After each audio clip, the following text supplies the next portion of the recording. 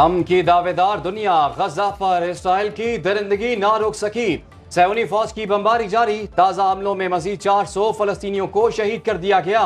Saini forces की हमलों में शोहदा की मजमूई तादाद 8,525 हो गई। इसराइल का हमास नेवल फोर्स के सरबराह समेत 4 सीनियर कमांडर शहीद करने का दावा।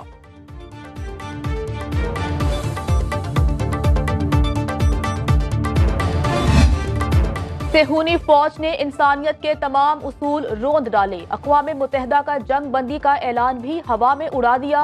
इसराइली बमबारी से शहीद होने वालों में 73% बच्चे, खवातीन और बुजुर्ग हैं। अक़वाम मुत्तहिदा का कहना है हर रोज 420 बच्चे इसराइली हमलों में शहीद और जख्मी हो रहे हैं। जंग में 425 फलस्तीनी तलबा भी शहीद हो चुके।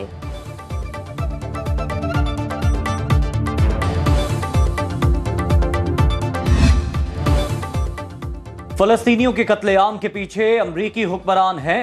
रूसी सदर की अमरीका पर कड़ी तनकीद, कहा दुनिया भर में अमरीका अफराद तफरी करा रहा है। मशरिक वुस्ता, यूक्रेन, इराक और शाम में अमरीका ने हालात बिगाड़े। बरतानवी वजीर दाखिला का एक बार फिर मुसलमानों से तासुब का इजहार। बरतानिया में फलस्तीनियों के हक में मुजाहिरों को नफरत मार्च कह दिया।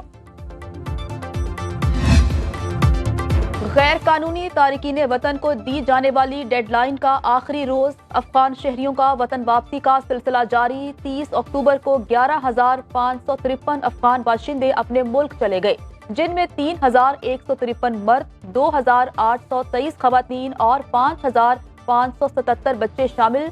सुनो न्यूज की चमन बॉर्डर से खुसूसी कवरेज।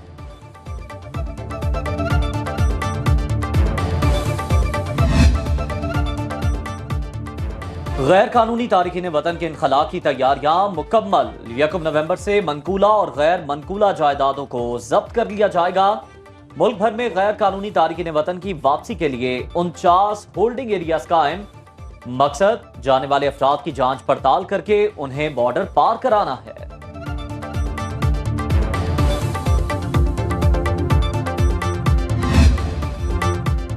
गैर कानूनी तारकीन वतन वीज़ा लेकर वापस आ सकते हैं। कोई मुल्क गैर कानूनी मुकीम तारकीन वतन को कबूल नहीं करता। निगरान वज़ीर आज़म अनवारुल हक काकड़ कहते हैं कि किसी की इमलाक या जायदाद पर कब्जा करना मकसद नहीं। PTI के इलेक्शन लड़ने पर कोई पाबंदी नहीं। मुल्क के वफादार ही इलेक्शन लड़ेंगे।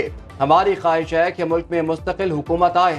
वोट डालने के लिए आवाम की तरह वो भी बेचैन हैं। इलेक्शन की तारीख देना इलेक्शन कमीशन का काम। अनवारुल हक काकड़ की मोहसिन नकवी के हमरा मज़ार इकबाल पर हासिल।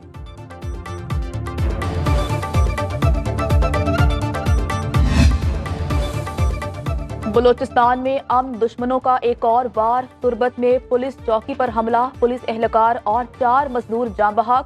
सिक्योरिटी फोर्सेस का इलाके में सर्च ऑपरेशन। निगरान वज़ीर आला बलोचिस्तान मीर अली मर्दान डोमकी का इजहार अफसोस, वाक़े की रिपोर्ट तलब कर ली।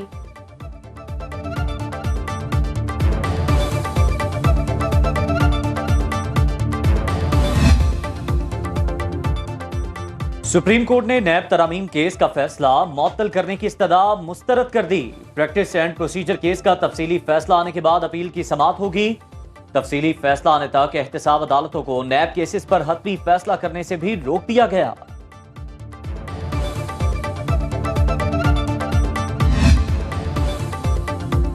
Cipher case Adiala jail Rawalpindi में खुसूसी अदालत लगी। चेयरमैन PTI के खिलाफ 10 गवाह पेश। बयान रिकॉर्ड करने का मामला फिर मौखर। खुसूसी अदालत ने गवाहों को 7 नवंबर को दोबारा तलब कर लिया।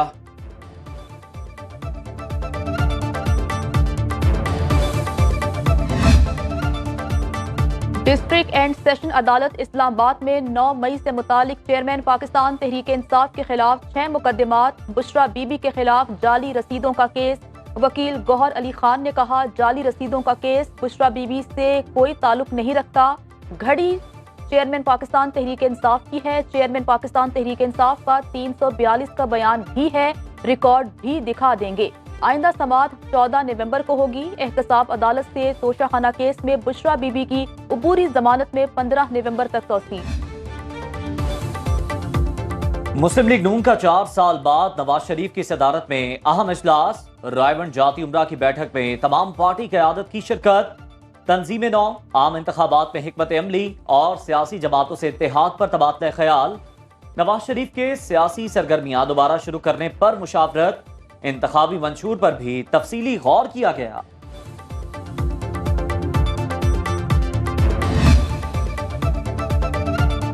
मुस्लिम लीग नून ने इलेक्शन की तैयारियां शुरू कर दी। उम्मीदवारों से 10 नवंबर तक दरखास्तें तलब।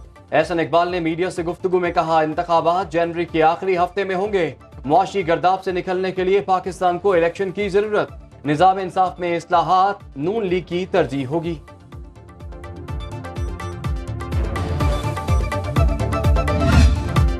शेख रशीद ने अपने भतीजे राशिद शफीक को बेटा और सियासी वारिस करार दे दिया। वीडियो बयान में कहा, 9 मई वाकयात की मजम्मत करते हैं, हम दोनों फौज के साथ हैं, कलम दबात के निशान से इलेक्शन लड़ेंगे।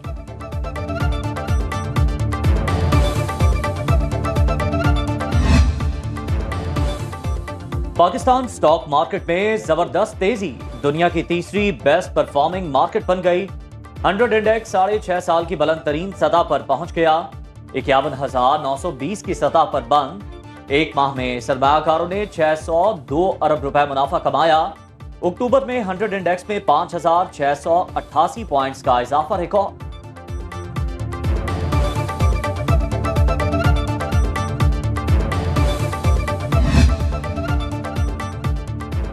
निगरान वज़ीर तवानाई कहते हैं, गैस की कीमतों में इजाफा मुश्किल फैसला। 10 साल से गैस के ज़खायर में कमी आ रही है। निगरान वज़ीर इत्तलात मुर्तज़ा सोलंकी के साथ प्रेस कॉन्फ्रेंस में बोले, गैस की कमी को पूरा करने के लिए RLNG दरामद की जाती है।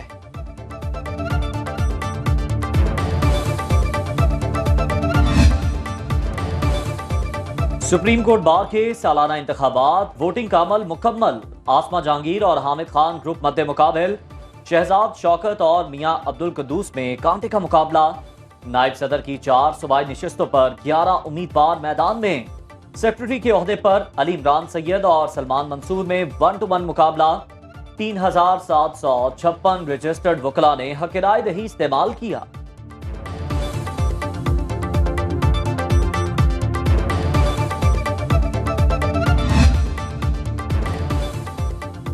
क्रिकेट वर्ल्ड कप की सबसे जानदार कवरेज सिर्फ सुनो न्यूज पर। खुसूसी ट्रांसमिशन में देखिए लेजेंड क्रिकेटर रमीज राजा और आकिब जावेद के माहिराना तबसरे। रमीज राजा ने कहा कि पाकिस्तान को अच्छे मार्जिन से जीतना होगा।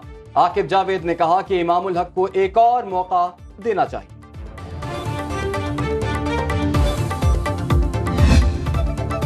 सर्दियों की आमद, खुश्क मेवाजात की तलब में इजाफा, कीमतें आसमान को छूने लगी। गरीब और मुतवस्सत तबके के लिए ड्राई फ्रूट की खरीदारी ख्वाब बन गई। दुकानों में गाहक न होने के बराबर।